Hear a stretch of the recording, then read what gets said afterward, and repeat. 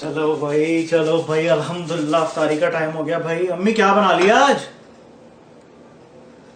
यार अम्मी क्या है यार, अम्मी समोसे नहीं बनाया आपने? पकोड़े भी नहीं है आज तो।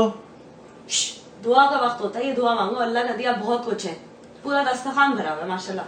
तो अम्मी आपने वो भी सैंडविच भी नहीं बनाया यार, कुछ भी नहीं है इफ्तारियां हमारे यहाँ, तो हमेशा यही होता है हमारे यहाँ। Her name is Noor.